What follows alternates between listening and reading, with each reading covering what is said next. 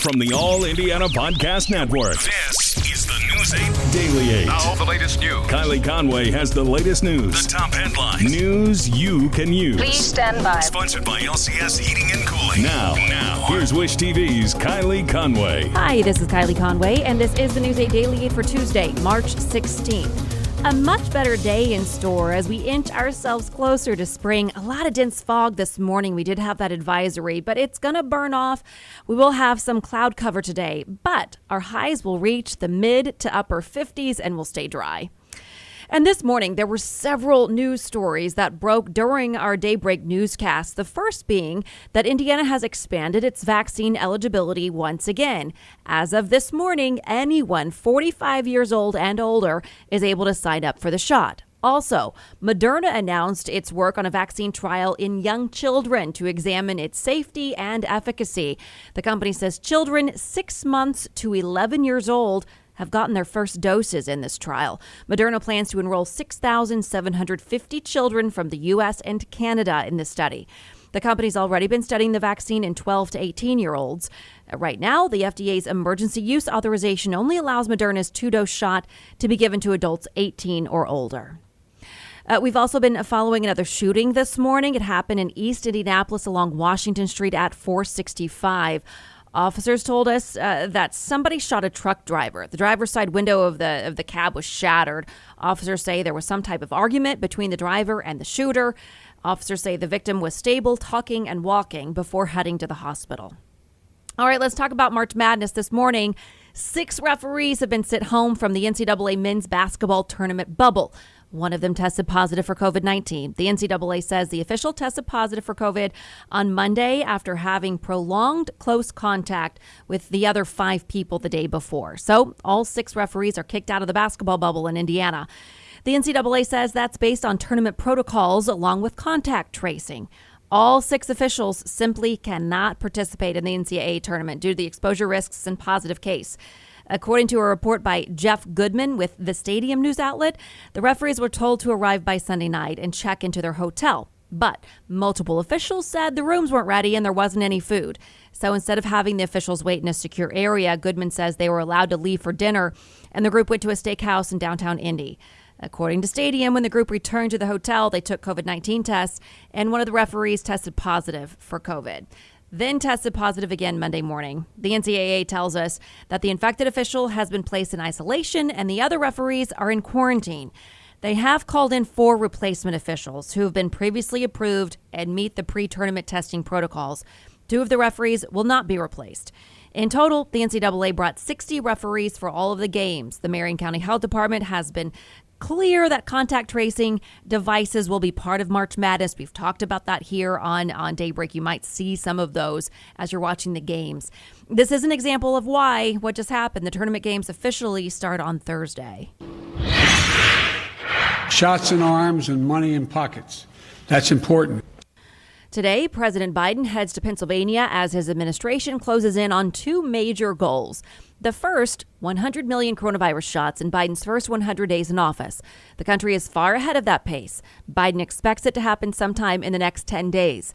And this morning, the CDC is reporting that 71 million people have at least 1 dose of a vaccine, and 38 million are fully vaccinated. The second major goal, distributing 100 million relief checks in the next 10 days. The White House has not shared how many payments have gone out so far. Transportation Secretary Pete Buttigieg is joining the president's push to tout the package. The American people don't need convincing that this is worth doing. The president said from day one, the biggest risk was doing too little and not doing too much. We think we've done just what it takes in order to get through this dark season that America's experienced. Biden has also named Gene Sperling as czar of the coronavirus relief plan, charged with overseeing the distribution of checks and the money going to state and local governments. And the Biden administration is planning to launch a COVID-19 vaccine promotion campaign. A marketing executive close to the project tells CNN that the government is spending $250 million on the campaign. It's aimed to help people who are hesitant to get the shot. You'll begin to see and hear ads on TV, radio, billboards, and social media here in the coming weeks. Work on the project started last fall, but the Biden administration has been waiting to launch the campaign until there was an increase in vaccine supply. There is a growing partisan split when it comes to COVID vaccines. A new poll from the Associated Press shows 42% of Republicans say they will probably not get the shot. That's compared to 17% of Democrats. And some people will have to wait a little longer to get their stimulus checks. The reason for the delay is it takes some banks a few days to process checks. According to Wells Fargo, customers who expect to get their money directly deposited will start seeing it in their accounts on Wednesday. Chase Bank also says their customers will see their money Wednesday. Some customers complained about not getting their money deposited over the weekend. The stimulus payments, worth up to $1,400 for eligible Americans, are part of President Biden's $1.9 trillion relief package. First thing we need to do as an educator is to protect the youth. The second thing we have to do is educate the youth, and this gives us the opportunity to do it. And this morning, we're headed into day 2 for teachers being able to get their COVID-19 vaccines through the state of Indiana. Teachers in Indiana had been campaigning to move up on the priority list for weeks. They did move up the list federally before getting state eligibility yesterday. Despite that issue, the director of infection prevention at IU Health says schools have really done a good job of preventing the spread of COVID-19. So we know that that's not been a heavy source of infection, but nevertheless, this is a great insurance policy to make sure that they don't get infected if they were to be exposed. The CDC now lists teachers and school staff as a priority group for vaccination. Today, there is a call for dramatic improvements for students of color. A group of IPS parents will talk about ways to make sure that they get the same learning opportunities as white children. It's a virtual meeting. Parents from Stand for Children, it's a nonprofit education advocacy group, will discuss steps IPS can take to increase black and brown student proficiency. And the group will release its vision on how the district can help. This comes as the Indiana Department of Education released data that shows only 7% of black students and 11% of Latino students passed both the English and math sections of the state's iLearn exam. That's compared to 32% of white students reaching that benchmark. One parent News 8 spoke with believes the pandemic has further widened the gap between white students and minority students. Irma Provomo, she believes that it's because many lack access to the internet, technology, or don't speak English. Stand for Children created an action plan for IPS administration to help close the opportunity gap. It includes things like equal funding for all schools within the district and hiring more minority teachers. The IPS administration has acknowledged that the pandemic has impacted student achievement, adding that the district will be using some of the latest round of federal stimulus funding to address learning loss, including high-dosage tutoring, Saturday academies, and summer school. And at Wish TV, we have a multicultural reporter, Katira Winfrey, and we do multicultural spotlights here and there. This morning, we took a look at efforts urging minorities to get the COVID-19 vaccine. CDC numbers show Black, Asian, Native American, and multiracial populations are getting the shot at a lower rate than whites.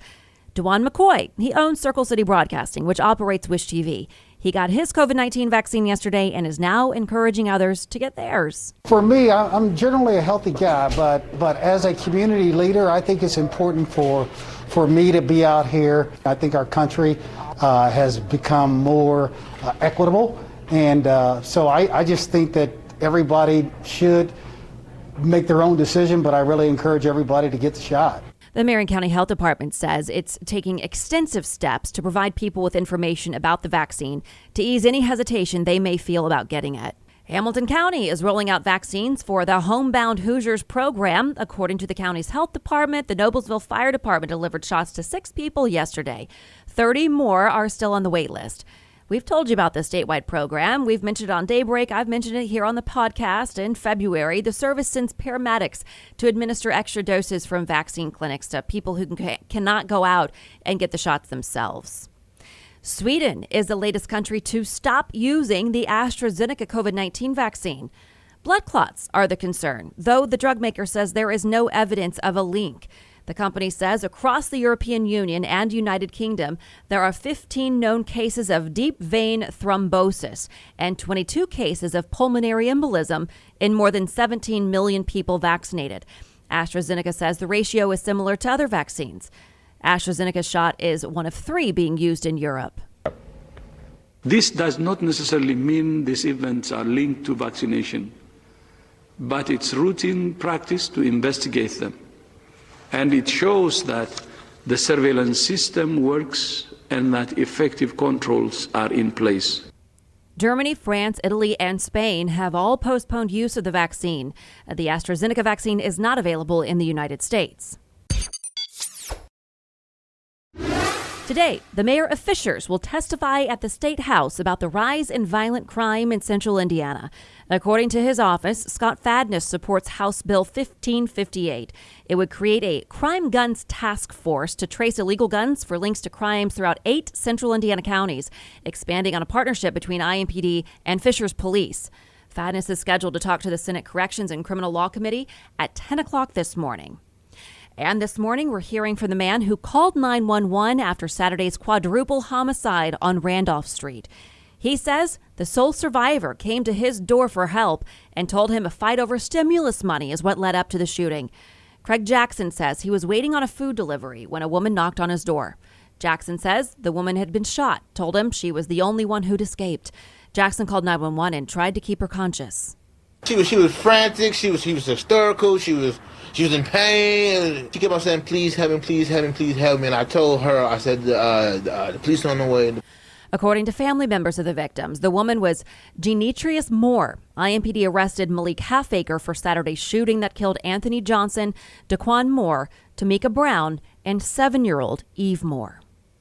Indianapolis leaders say it's unfortunate that some people have become numb to the rise in violence. 7 people were killed between Saturday and yesterday morning. IMPD says the murder rate in Indianapolis is on track to shatter last year's record numbers.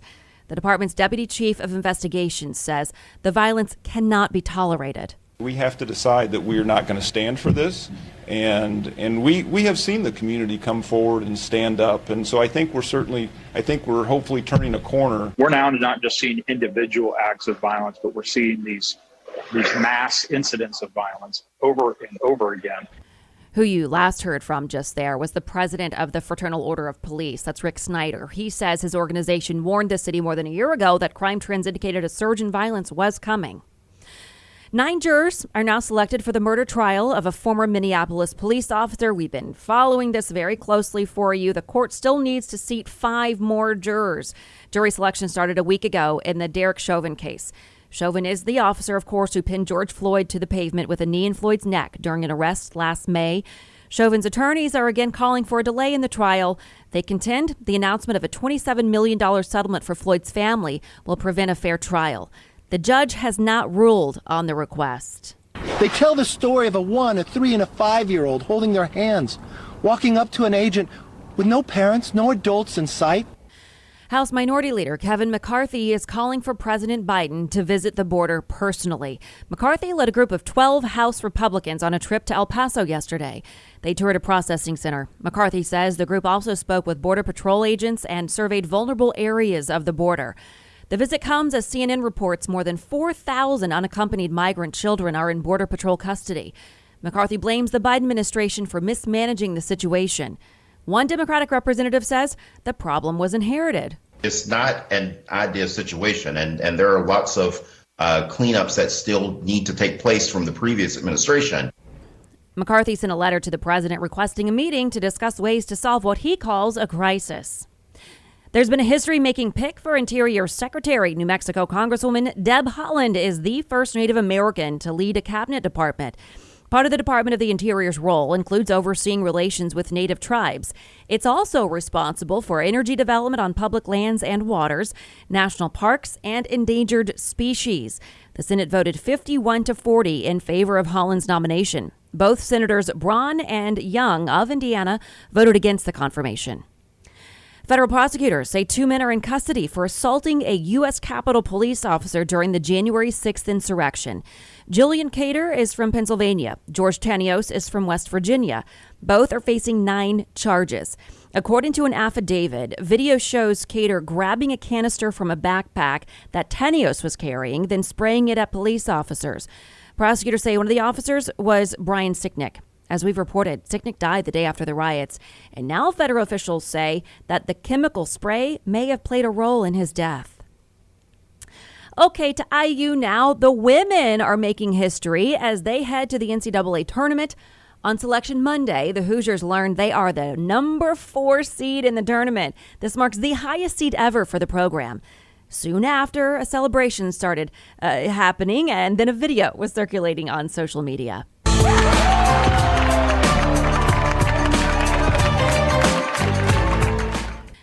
Indiana will play 13-seed VCU in the opening round Monday afternoon at 2. San Antonio, Texas is hosting the entire women's tournament. And this morning, the Purdue men's basketball team is waking up in Indianapolis. The players are quarantining in their hotel rooms. They arrived at the hotels yesterday. As of last night, the team's waiting on 2 more negative COVID tests ahead of their first-round game Friday night against North Texas. This is the 6th straight NCAA bid for the Boilers. And there are open positions this morning if you want to help the city put on March Madness. Organizers are looking for volunteers to pitch in with transportation, being airport ambassadors, running errands, and working at information centers. Hoosier hospitality and the spirit around volunteerism is very real in Indianapolis. It's really humbling and remarkable that, a little more than a week ago, we posted 5,000 shift opportunities, and 48 hours later, we were 90% full. People are excited to be part of something special. There are different volunteer levels available. To sign up, you must be 18 or older, pass a background check, and attend 1 volunteer training shift.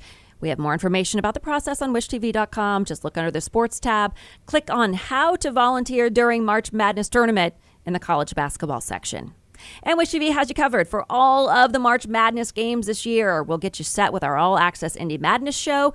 That's coming up tomorrow before the first game tips off on Thursday. Let's get to business headlines now. Carmel was named the 7th best place to live in the United States. Niche.com gave the city an A+. Reviewers said Carmel is beautiful, sophisticated, charming, kind, and innovative. Others said the area is filled with good, high-paying jobs, and the public school facilities are amazing. Toys R Us has a new owner. WHP Global announced it has acquired a controlling interest in True Kids, the parent company of the Toys R Us and Babies R Us. It plans to open a number of Toys R Us stores again in the United States, ideally ahead of the holiday season. Delta Airlines gave a business update that includes about 30% daily net sales improvement over February for the month to date. Bookings for travel beyond the next 60 days were 32% of new bookings. Still, revenue in January and early February was lower than expected. Google's online job training program is hoping to create real economic opportunity for everyone. According to Google, its career certificates enable people to get the right skills and connect with the right employers for them. The job fields covered by the program include IT support, data analytics, user experience design, and project management, all of which are in demand and high-paying fields. Finally, Tinder and other Match Group-owned dating platforms will soon allow everyday users to conduct background checks on their matches. The Verge reports the technology will come courtesy of Match's undisclosed investment in Garbo, a nonprofit that seeks to permit everyday citizens to vet people based on basic info like their first name and phone number. The background checker will undergo a trial run on Tinder in the coming months. Let's get to the Pacers now. Indiana is heading home after a tough swing out west. Denver delivered a double blow to the Pacers last night. A snowstorm that delayed Indiana's arrival and the game by an hour. Then the Nuggets capped off the misery with a fourth quarter comeback that gave the Pacers a loss. The final was 121-106. Bright sides? New forward Karis LeVert had 17 in his second game as a Pacer. His debut was delayed 2 months because of cancer surgery. And in case you missed it, IU is searching for a new men's basketball coach this morning. The school fired Archie Miller after 4 seasons. Indiana never made it to the NCAA tournament during Miller's time in Bloomington. The Hoosiers were 67 and 58 overall and 33 and 44 in the Big Ten during Miller's tenure. IU's athletic director says the decision was based on the team's record. It's a results-oriented business, and I really felt that ultimately we had not made enough progress to continue the program and under Archie's leadership. I really felt like we need a new voice, a new direction. Moving forward, we'll start an immediate search to recruit the next coach that we want to partner with, and for me to reestablish our identity and brand of IU basketball. Scott Dolson says 2 donors donated the $10 million to buy out Miller's contract. This has been your News 8 Daily. For Wish TV, I'm Kylie Conway. Online at wishtv.com and follow us on Facebook when you search Wish TV.